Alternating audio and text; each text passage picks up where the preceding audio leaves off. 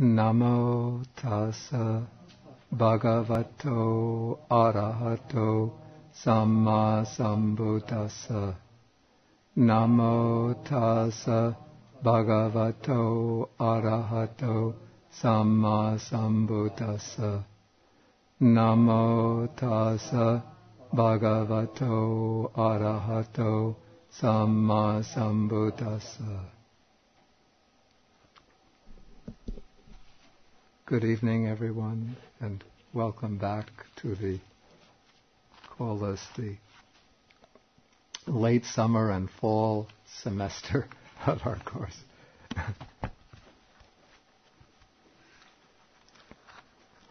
Okay, and now, if you've been keeping track of the outline for the program in the study of the Majjhima Nikaya, we have completed the study of a group of suttas that are concerned principally with the development of the mind, or the purification of the mind through meditation. We took the Mahācāttarīsika Sutta, which gives, that's the 117th sutta of the middle-length discourses. This gives a kind of broad overview of the Buddha's path according to the formulation of the Noble Eightfold Path. Then we took the Satipatthana Sutta, studied it in detail. This gives extensive explanations of the most important system of mind training in the early Buddhist discourses.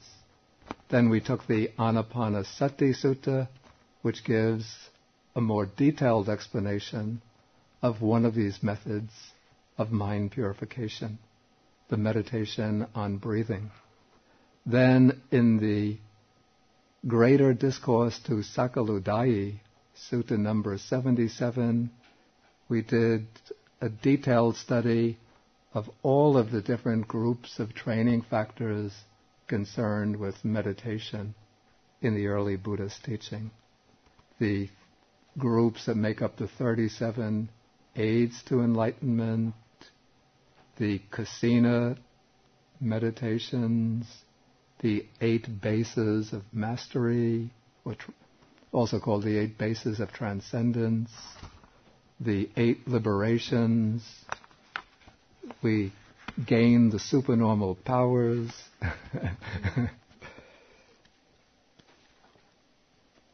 And at times we touched on final liberation, but we didn't do any kind of detailed study of the type of wisdom that leads to final liberation. We know that wisdom is the third component of the Buddhist training. Moral discipline or virtue, concentration, and then wisdom. And so now, with this section of our program, we come to the cultivation of wisdom, or paññā. And the preparation for the development of wisdom is undertaken by establishing a right view. And so for this reason, beginning today, we will undertake a study of the Sammādiṭṭhi Sutta, which is the discourse on right view. This is Sutta number 9 in the Majjhima Nikaya.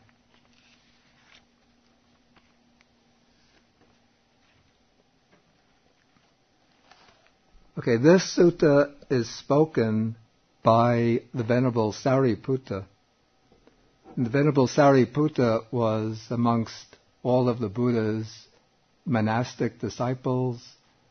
He was the one who was pronounced the disciple foremost in the development of wisdom. The Buddha had 2 chief disciples. One was the Venerable Sariputta, the other was the Venerable Mahamoggallana. The Venerable Mahamoggallana specialized in the iddhis, that is, the supernormal powers. So he was able to multiply his body very easily, to dive in and out of the earth, to fly through the space, to battle with the antagonistic forces, the demons who were antagonistic to the Dhamma. And he was able to battle with them and defeat them, sometimes with hostile negative energies manifesting as demons and dragons. But the Venerable Sariputta, it seems, did not give very much attention at all to these psychic powers. According to the commentary says that when he attained arhatship, these psychic powers came into his possession automatically as part of the achievement of arhatship as a chief disciple of the Buddha. But in fact, in the Theravada, Sariputta says that he didn't have any interest in the psychic powers. And in the suttas, we never see him exercising these psychic powers. But Sariputta's specialization, the field where he excelled, is panya, wisdom, a particular kind of analytical wisdom. And so the Buddha did not have to deal with extensive analysis of particular topics in his teaching, but often the Buddha would just give a general treatment of a subject, and then he would pass that subject on to Venerable Sariputta, and Sariputta would take that subject up and then analyze it in detail and show many aspects that were not treated explicitly by the Buddha himself.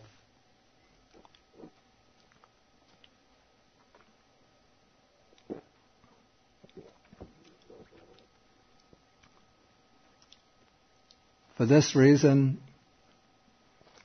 when a new branch of Buddhist learning began to emerge, perhaps 100, 200 years after the passing of the Buddha, a branch of Buddhist learning called the Abhidhamma, Buddhist sort of legend, attributes it to the work of Venerable Sariputta. It regards Venerable Sariputta as being the one who elaborated the Abhidhamma. It regards the Abhidhamma as originating from the Buddha, and Sariputta as the one who systematized and developed and schematized the Abhidhamma and set it in the form that we have now. Personally, I don't think that this can be regarded as historical fact, but what probably happened is that within Sariputta's circle of disciples, this analytical treatment of the doctrine spread, and then as one generation gave way to the next generation, that analytical mode of treatment became more and more systematized, and then it was ascribed back to the time of the Buddha, and Sariputta was regarded as the architect of the Abhidhamma system.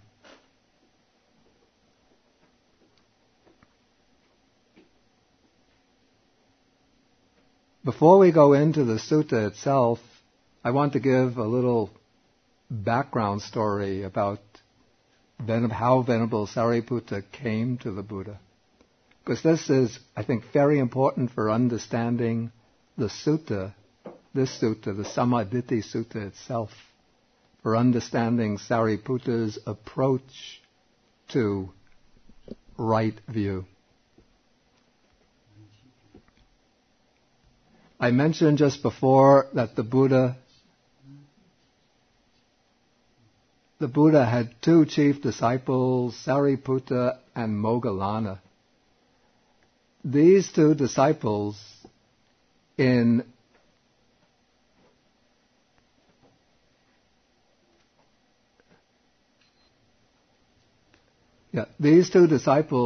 had been friends even in their boyhood.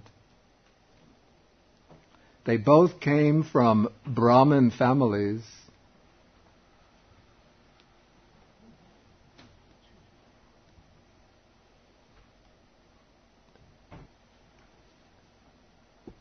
Okay, they both came from Brahmin families that were closely associated with each other for several generations. And when they were boys, they were friends. As they matured, their friendship developed. And when they were young men,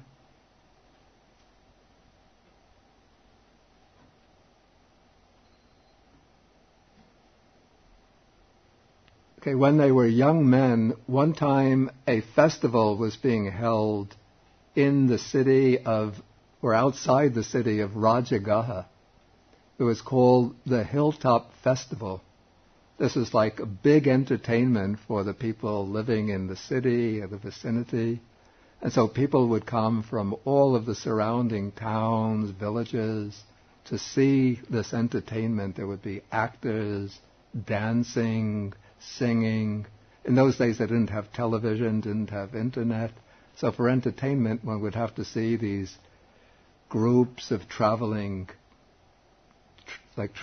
circuses, traveling entertainers.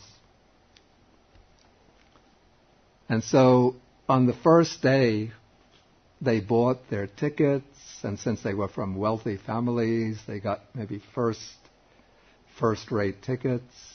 They came up, they were sitting, watching the entertainments. Both of them enjoyed themselves tremendously.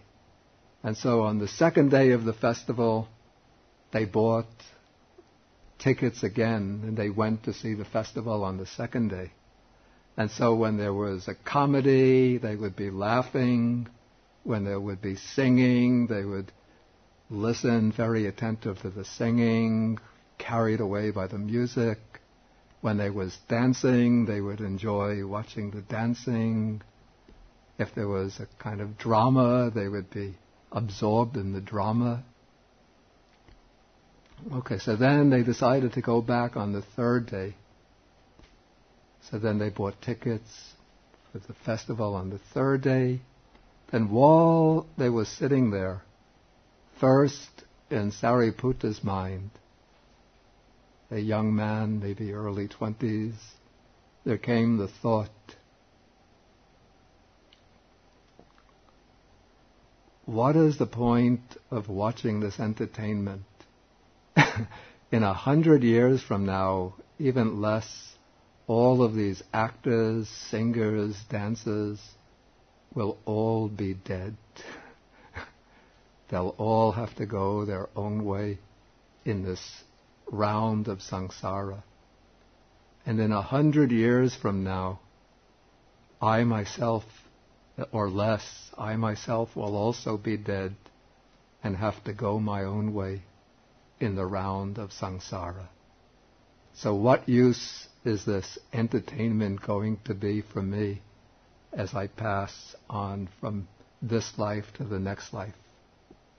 Better that I should leave this worldly life and seek a path to liberation.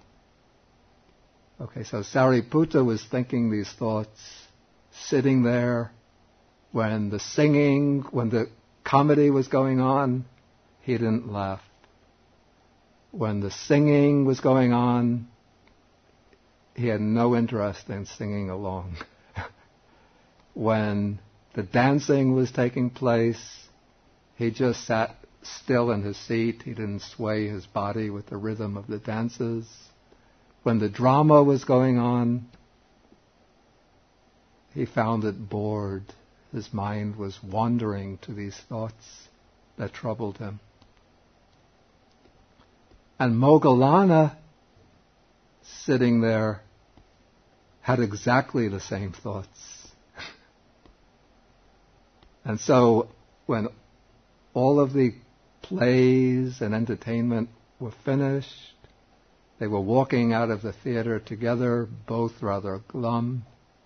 And so Moggallana turned to Sariputta and said, "What's the matter, my friend? You don't seem very happy today. Didn't you enjoy the festival?" And then Sariputta said to Moggallana, "Do you know, while I was sitting here, I was thinking, that these mundane entertainments, the joy, the pleasure they give, is just trivial, lasting just for a moment. And we, enjoying them, we're just like cows being led to slaughter, being given some delicious grass to chew on, to eat, while it's moving to the slaughterhouse. And when Sariputta said that, Moggallana said, "You know, I've been thinking exactly the same thing." And so Moggallana then said, what should we do? And Sariputta said, "Let us go together and try to find an enlightened master to teach us the way to the deathless, the way out from this round of birth and death." Moggallana said, "But our parents, they have plans for us to marry, to continue the family. We're Brahmins. They want us to maintain the family rites, the rituals." Sariputta said, "It doesn't matter. We can't be slaves to family tradition. What's most important for us is to find the truth." And so each went to his own home, packed a few belongings, necessary belongings, and together they left their homes and started wandering all over India, seeking an enlightened master, going from one place to another, sometimes meditating with one teacher, discussing philosophy with another teacher. Sometimes they would go temporarily, they would go separate ways, but they had made a pact, an agreement between them, that whichever one found the path to the deathless first would not go off by himself, but would first tell the other so that they could cultivate together. And so after traveling to many places, visiting many teachers, they didn't find any with whom they were really satisfied. But eventually they came back to Rajagaha, they're close to their hometown, and they found a teacher whose name was Sanjaya, in whose teaching they found some satisfaction. It didn't really give them the way to liberation that they wanted. But it seems Sanjaya had a very sharp intellect, and so it must have given them some intellectual satisfaction, since they were staying with him.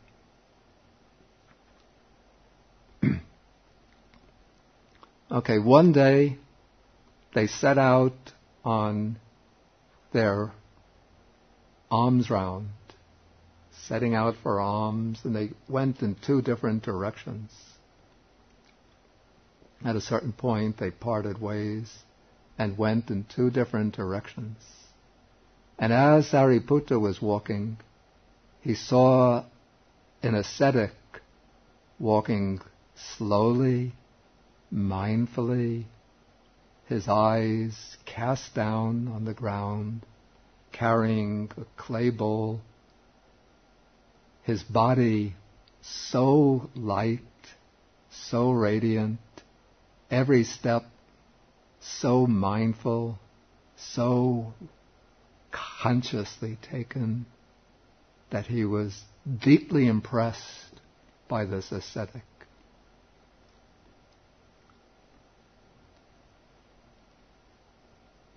And he thought, this truly must be one who has achieved the goal, or is one who is definitely on the path to the final goal.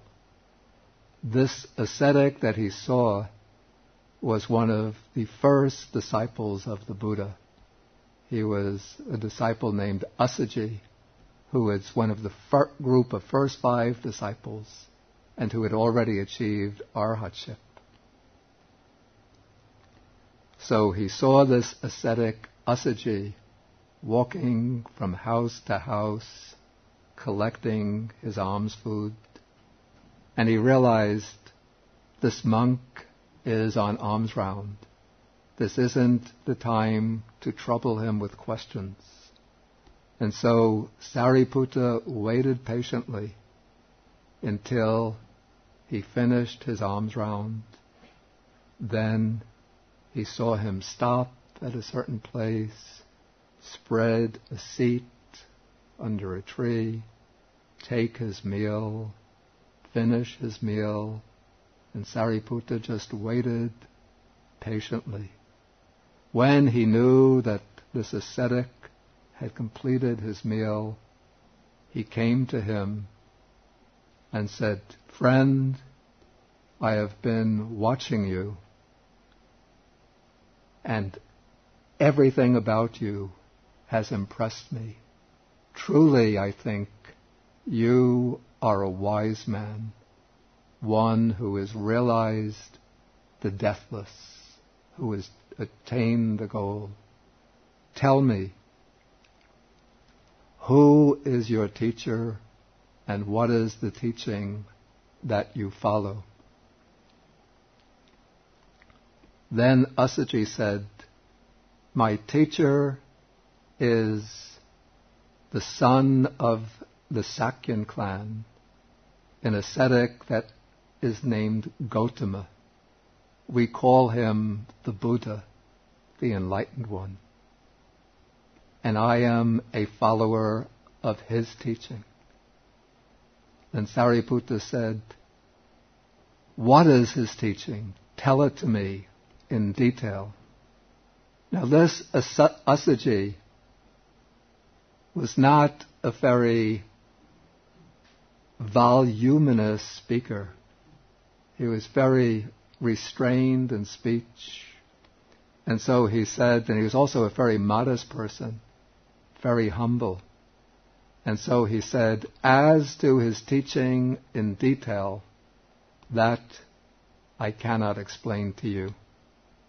Then Sariputta said, now a little impatiently, he said, "Then don't give me the teaching in detail, but tell me the essence. It's only the essence, the core of the teaching that I need to know." Then Assaji recited a stanza which has become engraved in stone right across Asia. Throughout almost all the monasteries in India had the stanza in stone, and as Buddhism spread from one country to another, that same stanza was engraved in many monasteries, written on the walls of monasteries, always became, it was considered the quintessence, the essential summary of the Buddha's teaching. In Pali, the verse goes, "Ye Dhamma hetu sambhava, ye Dhamma hetu pabhava, te sang hetung tathagato aha, yo cha te san cha nirodo, evang vadi mahasamano." I'll write this on the board. You should copy it. It's very important.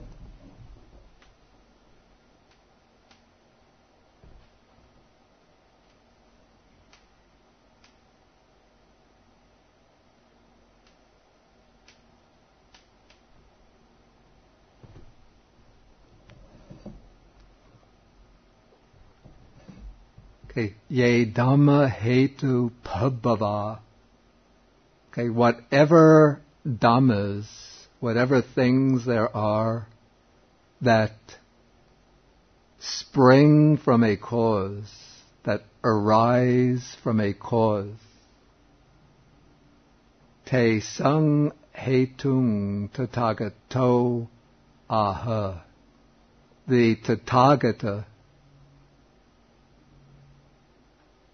tells their cause.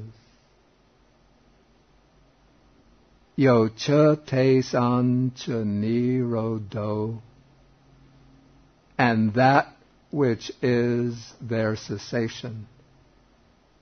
Okay, the Tathagata speaks of that which is their cause and of that which is their cessation. Evang vadi mahasamano. Such is the doctrine of the great ascetic.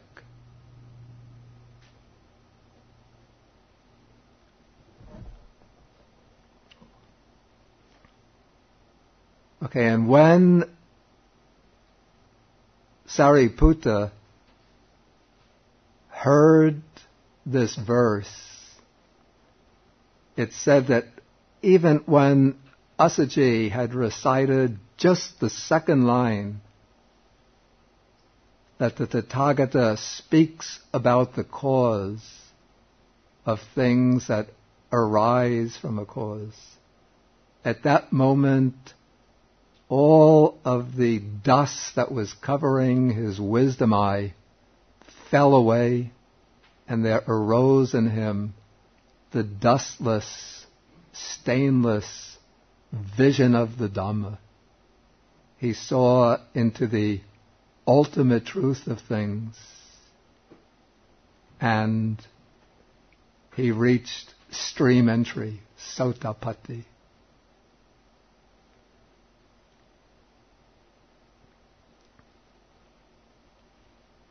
And so by the time the verse was finished, he was standing there as a stream enterer.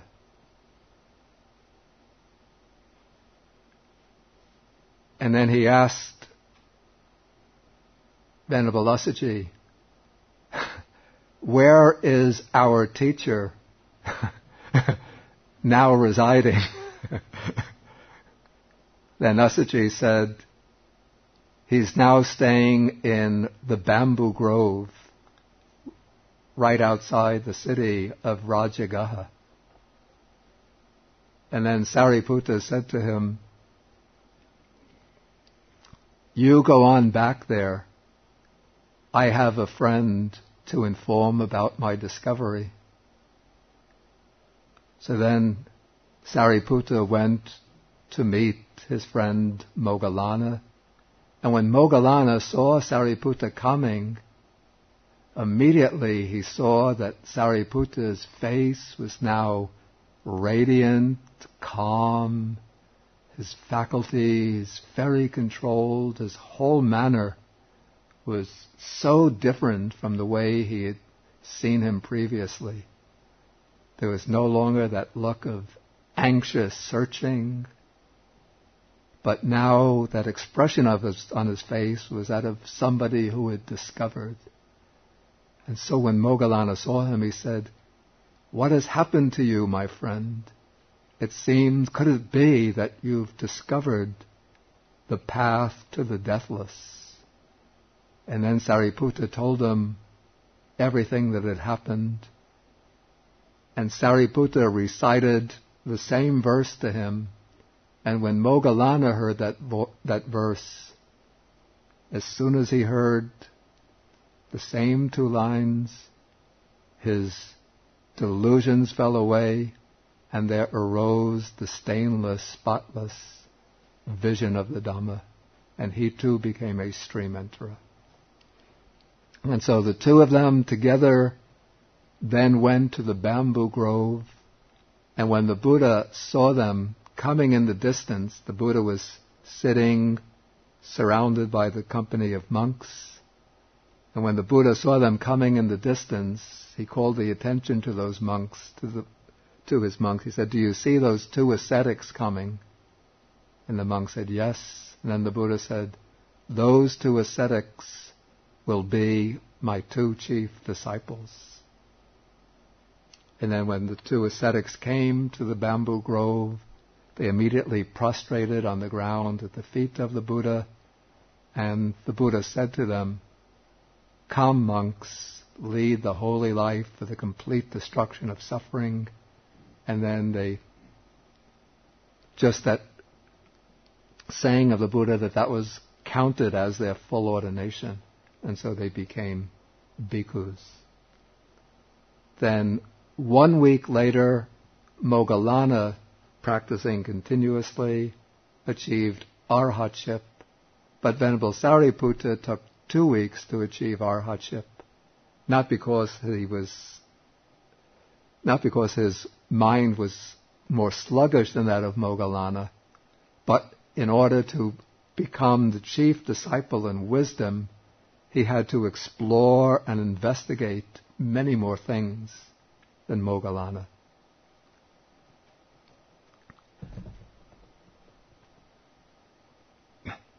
Okay, now the reason why I gave special emphasis to this verse is because, as we will see as we go through the sutta, that the whole sutta treats right view in terms of the same pattern of things arising through causes or conditions and ceasing with the cessation of those conditions. But let us go to the very beginning and start going through the sutta itself. Okay, we're now on page 132. We start at a time when the Buddha is living at Savatthi in Jeta's Grove. But here it is the Venerable Sariputta who is addressing the community of monks. And he says, "Friends, bhikkhus," and they reply, "Friend." And then the Venerable Sariputta said this. Now he uses the word Sammādiṭṭhi, but here, if we follow the paragraph itself, we could see that what it's talking about is not just right view, but a person of right view. So a person of right view is also called Sammādiṭṭhi.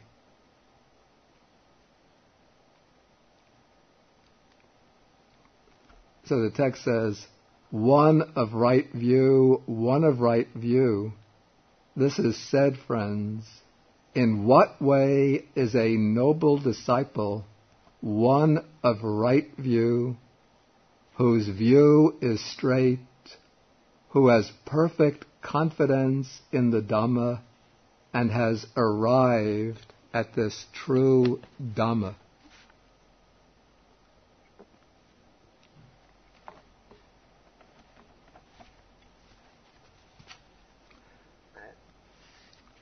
Okay, so this paragraph introduces the theme of the sutta, and it does so in a way which we could say narrows down the general topic of right view and gives it a very specific meaning. But first I want to take right view in a general way, following the explanation in the commentary. Okay, the commentary says that right view can be of two kinds. There is, you call it mundane right view and supramundane, or I like to use the word world transcending, lokuttara, chu shijian, zhang jian.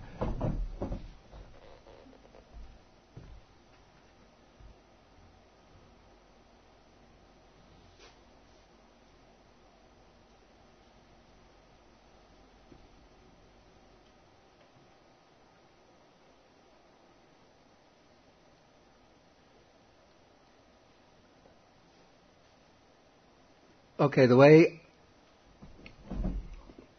we'd understand it, or we should understand this treatment of right view, is that there's two divisions of right view, two kinds. We call the mundane right view, which is the view of the working of the law of karma, to understand that our actions, our good and bad actions, our wholesome, unwholesome actions produce results, produce effects that correspond with the nature of those actions. To understand, to accept that our morally significant actions don't simply disappear after we've performed them, but that they have some continuing influence, that they remain with us, and that after death, these actions will manifest in some form, that the life process will continue, and our actions will manifest in some form, producing favorable or unfavorable results. To understand this, to accept this, is to have right view about the workings of the world, the moral process within the world. Okay, and this right view, at least to some extent, is common to, it's not exclusive to Buddhism in any way. Though I would say that it's explained more extensively, more convincingly, in greater detail in the Buddha's teaching than in any other religion or philosophy that I've seen. Okay, the other type of right view, which is the especially important one, is the lokuttara, the supramundane or world-transcending right view. This is the right view that leads to liberation, to final liberation. And this is the right view of the Four Noble Truths. This is the right view that the Buddha has put as the first factor of the Noble Eightfold Path.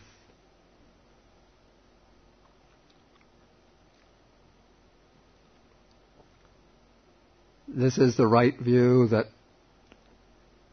gradually develops through the practice of developing Vipassana, developing insight. But first it begins conceptually through learning, through reflection. And so we have two grades, two types of world-transcending right view. First, there is the right view that is called the right view that conforms with the truths. This is the right view that is in conformity with the Four Noble Truths. The right view that is in harmony with the Four Noble Truths. Okay, we might think that if we study the Four Noble Truths, we learn them, we can teach them, explain them to others, we might think that we have the right view of the Four Noble Truths. No, we don't. What we have actually is such anulomika Sammādiṭṭhi, the right view in harmony with the Four Truths, the right view in conformity with the Four Truths. That is because we don't actually have the right view that comes from seeing the Four Noble Truths. The true right view is not just ideas, not just having concepts about the Four Noble Truths, but it is the right view that comes through seeing, indirectly seeing clearly all Four Noble Truths, including the noble truth of the cessation of suffering. Okay, and so right view in conformity with the truths would be the right view that is had by ordinary disciples, ordinary followers of the Buddha who have a good conceptual knowledge of the teaching. Even disciples who are maybe quite experienced in meditation, but haven't yet reached the actual realization, the planes, the experience, the attainment of realization.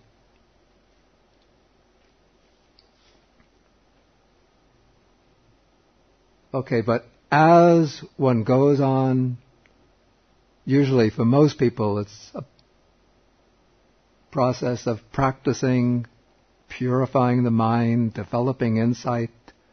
When the insight becomes clear and sharp enough, then it will pierce through the barriers, the obstructions of ignorance. Those blinders of ignorance fall away just temporarily, and there comes the direct seeing of the Four Noble Truths. And that is called the penetration of the truths, or also it's called the breakthrough to the Dhamma, Dhamma Abhisamaya, or Dhamma Pativeda. I think it's Xianguan, Fa Xianguan, Fa Xianguan, 是不是? Xianguan? Yeah. Well, if you understand my speaking, it's enough. Yeah. Xianguan. Not necessary.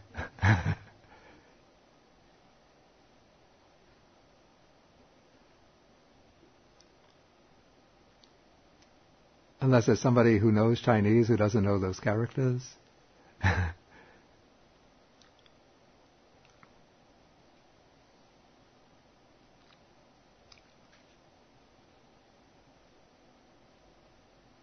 Okay, so with the penetration of the truths, one changes from being an ordinary disciple to becomes a trainee, one in the higher training. Technically, this is called a seika, one in training.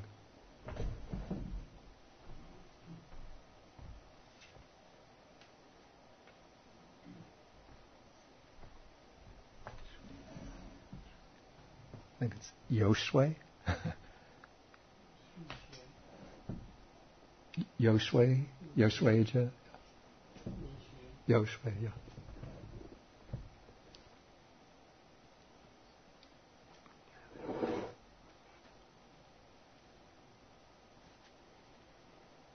Okay, and so the trainee is one who constantly has this right view that penetrates the truth. That is the right view that can never change for a trainee, can never fall away from that right view. An ordinary disciple, one who has a right view in conformity with the truths, can still fall away from right view. If somebody comes, say, sometimes people have been studying Buddhism for a long time, they study the teaching, but then if there might come some impressive guru with psychic powers from another spiritual path, and then shows the psychic powers, sometimes if the person is impressed by psychic powers, they might follow that guru, then they lose the right view. So that's why it's important to always try to keep very clear and strong right view as long as one is still an ordinary person with a right view that is simply in conformity with the truths.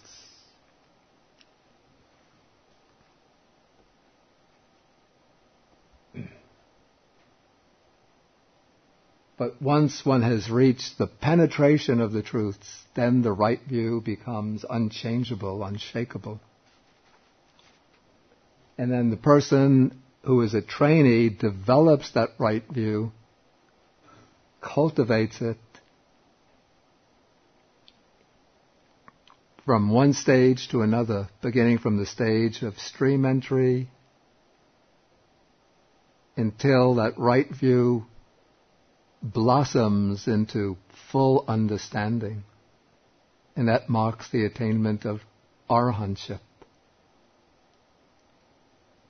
So the trainee, we could say, has direct knowledge of the Four Noble Truths, but not yet full knowledge of the Four Noble Truths. But the arahant has direct knowledge and full knowledge, in that his knowledge has completed its functions, all the functions.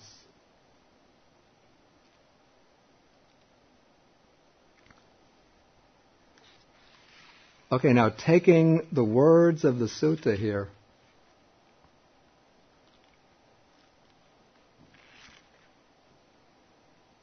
the opening words, when Sariputta introduces the topic, he says, one of right view, one of right view.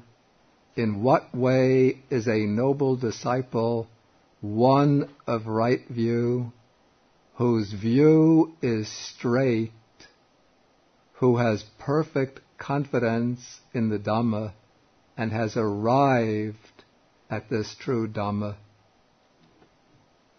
What type of right view is he describing? Excuse me? It's world transcending, but say it again. It's the right view of the Seka, the right view of the trainee. And there are certain key words here which indicate this.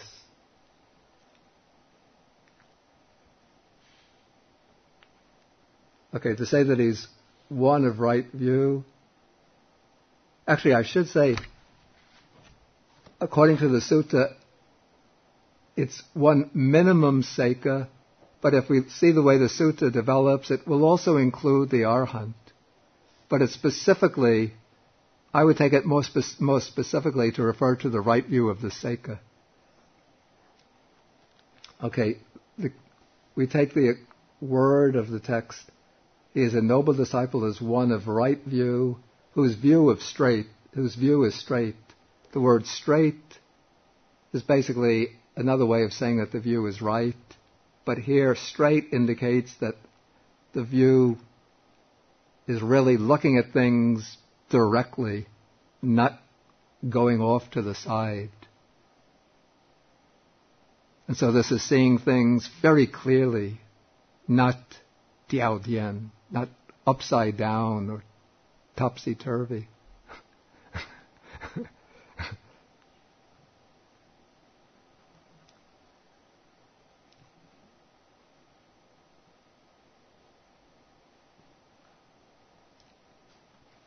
And then, this is the important expression, who has perfect, maybe perfect is not such a good word, but I'll keep it, who has perfect confidence in the Dhamma. Here the Pali word is aveccapassada. Aveccapassada, I'll write it. But it's usually translated, it's explained by the commentary as achala pasada, which means unshakable confidence.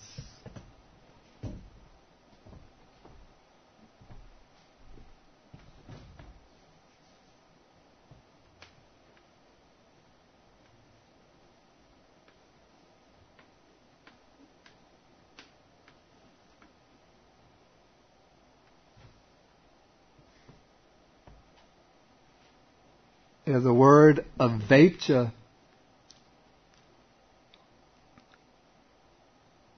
originally it comes from a root meaning to go with a prefix meaning under. Ava plus the root I.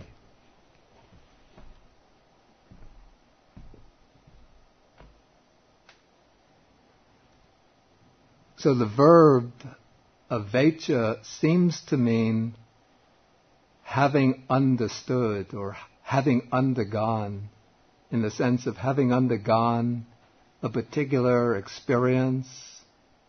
In this case, it would be the experience of seeing and knowing the truth of the teaching.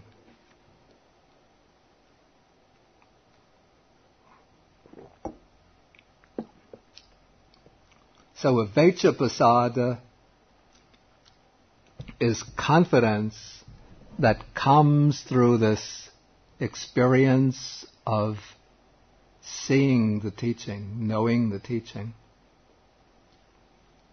And that confidence becomes unshakable, unbreakable, unwavering.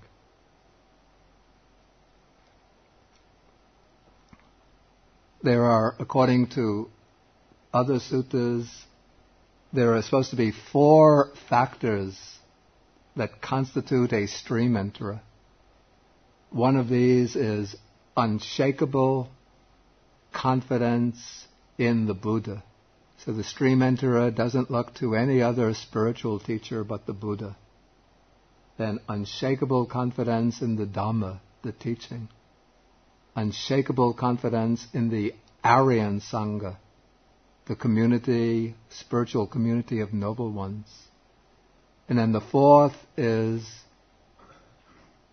firm commitment to the observance of the 5 precepts.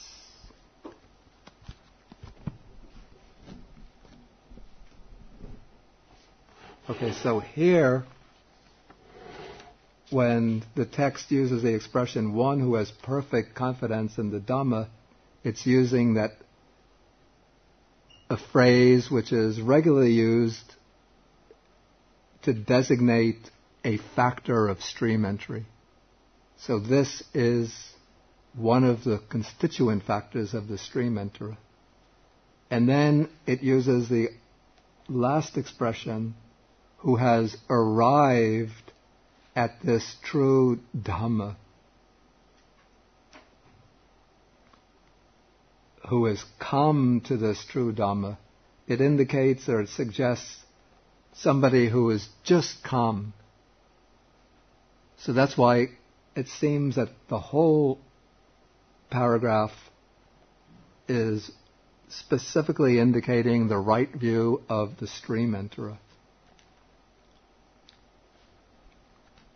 Okay, so with this introduction, then the monks say that they would come from far away to learn from the Venerable Sariputta the meaning of this statement, and they ask him to explain the meaning in detail. And Sariputta says that he will explain, and we'll start the explanation next time. Okay, if there's any questions on anything covered today, any comments also? Venerable Shing? Yes, could you explain the confidence in the fourth about precepts? The precepts. And you emphasize on the 5 precepts. Why 5 precepts? What the text actually says is that it's not confidence in the 4th case. It says that he is endowed with the virtues dear to the noble ones, and that he observes these unbroken, without blemish, without any flaw, you say, without any flaw. So the common understanding is that this refers to the 5 precepts.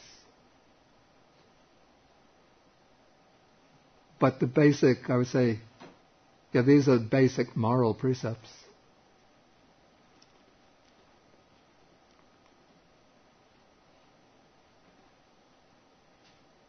I understand a trainee to be one who is he's not yet an arahant, but has become at least a stream enterer. Say again. As a trainee Yeah. is someone who is at least stream entry, but not yet arhat. That is so. The trainee is somebody who has achieved stream entry, but has not yet achieved arhatship. In terms of the 4 stages, it would be a stream enterer, once returner, non-returner, or somebody who is on the paths leading to those, to the higher attainments, but not yet reached arhatship.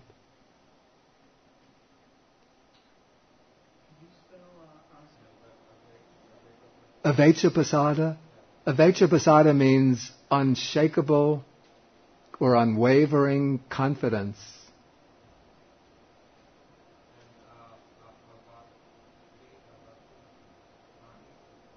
Ava plus E.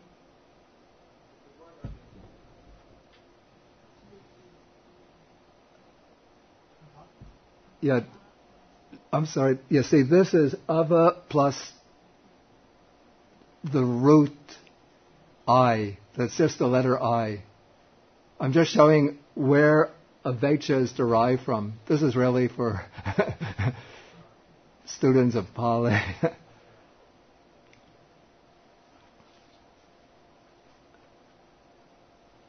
Yeah, so you don't have to worry about ava plus I, but the important thing is the word avecca, which means, originally it means having undergone, but the functional meaning, the way it is used, understood in actual usage, is unwavering or unshakable. Janet? The mention in the beginning of the sutta here that the other monks have come from far away. Did they come just to hear Sariputta talk, or were they there to hear the Buddha talk and Sariputta was there? I'm just trying to understand. No, I think that's a misunderstanding. They would come from They say this is a sort of stock expression of to show that they're very eager to hear the teaching. So even if they're living there regularly, they say, "Indeed, friend, we would come from far away to learn from the Venerable Sariputta the meaning of this statement." So it's just a general. It's not that the monks would travel to speak to each other. In this case, it's not that they were traveling, but it's just a way of showing that that they're so keen to hear this that even if they were living at a distance, they would come to hear it. Yes? In stream entry, one of the fetters lost is identity view or personality view. Right. And if one of the latter stages is conceit, Yeah. what is the difference? I think better to leave these questions until we go through the sutta and come to some of the other suttas where those questions will become more relevant. I want the questions to pertain only to what I covered in the talk.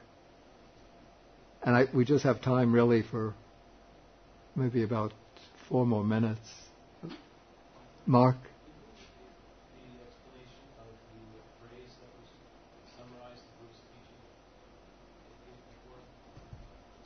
The verse that I... The translation. Ye Dhamma hetu pabhava. Whatever things there are that originate from a cause,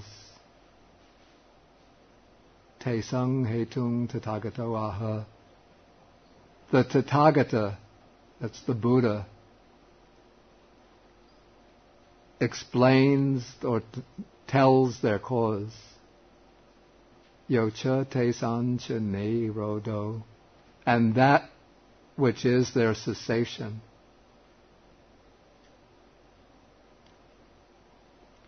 Evang vadi mahasamano. Such is the doctrine of the great ascetic. Literally, thus speaking is the great ascetic.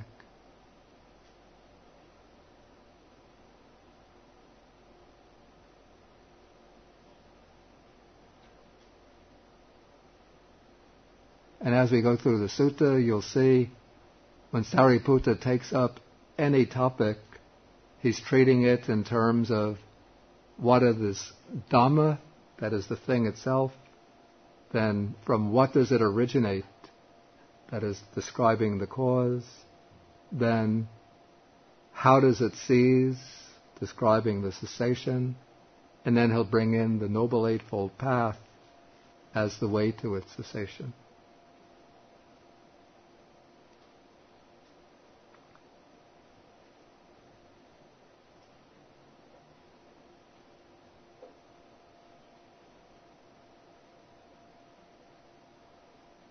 I'll ask a question. When Sariputta heard that verse and could achieve stream entry so quickly, we read the verse over and over. How many of you never heard the verse before when I recite it? How many got even some direct insight into the Dhamma? Any hands? Or are you just too modest? Why does this happen? Through direct experience. You experience it, and then you hear somebody explain their experience. It's very easy to feel it.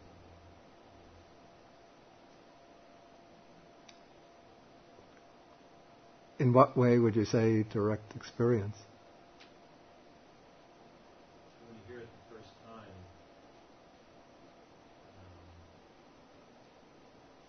it just makes perfect sense. It's a solution to pain. Solution to? To a pain or suffering.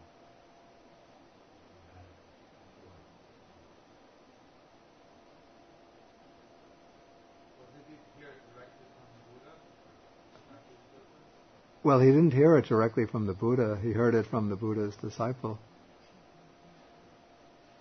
They were very impressed with him. Excuse me? They were very impressed with him, so they would have more of an impact.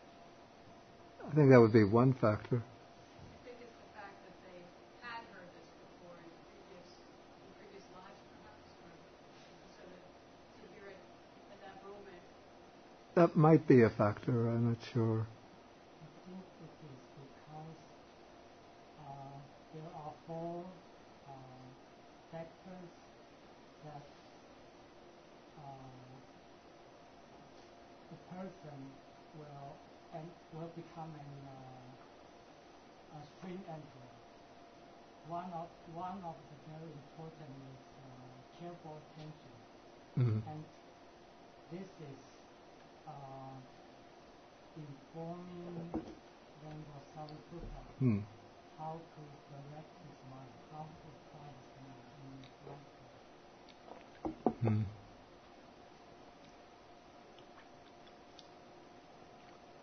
Okay, all of these seem to be things. I don't have one. It's not that I have a right answer and I'm sort of testing you.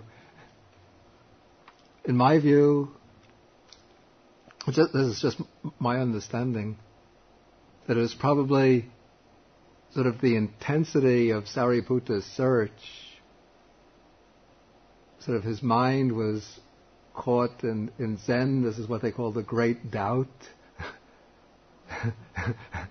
So that he was really like searching. And he had all of his faculties were just very ripe. And it was just like the key that was missing. And when Asaji spoke that verse, that gave the sort of key. And then the mind just broke open, and then the insight arose.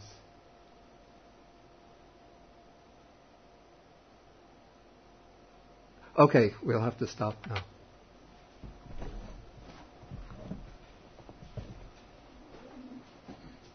Okay, we stop by sharing the merits. Think of all the devas, the bhutas, nagas, and all sentient beings.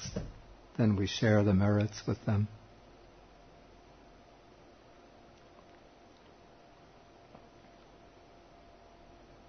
Akasata ca bhumata deva naga mahitika punyantang anumoditva chirang rakantu sasanang. Akasata ca bhumata deva naga mahitika punyantang anumoditva chirang rakantu desanang. Akasata ca bhumata deva naga mahitika punyantang anumoditva chirang rakantu mang parang. Etavata ca amhehi sampadang punya sampadang sabbe deva anumodantu sabba sampati siddhya.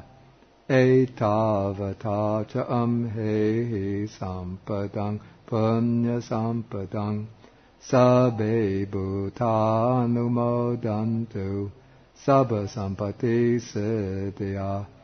Etavata ca ammehi sampadang punya sampadang sabbe satanumodantu sabba sampati siddhya. Siddhya. Siddhya. Siddhya. Siddhya. Siddhya. Siddhya. Siddhya.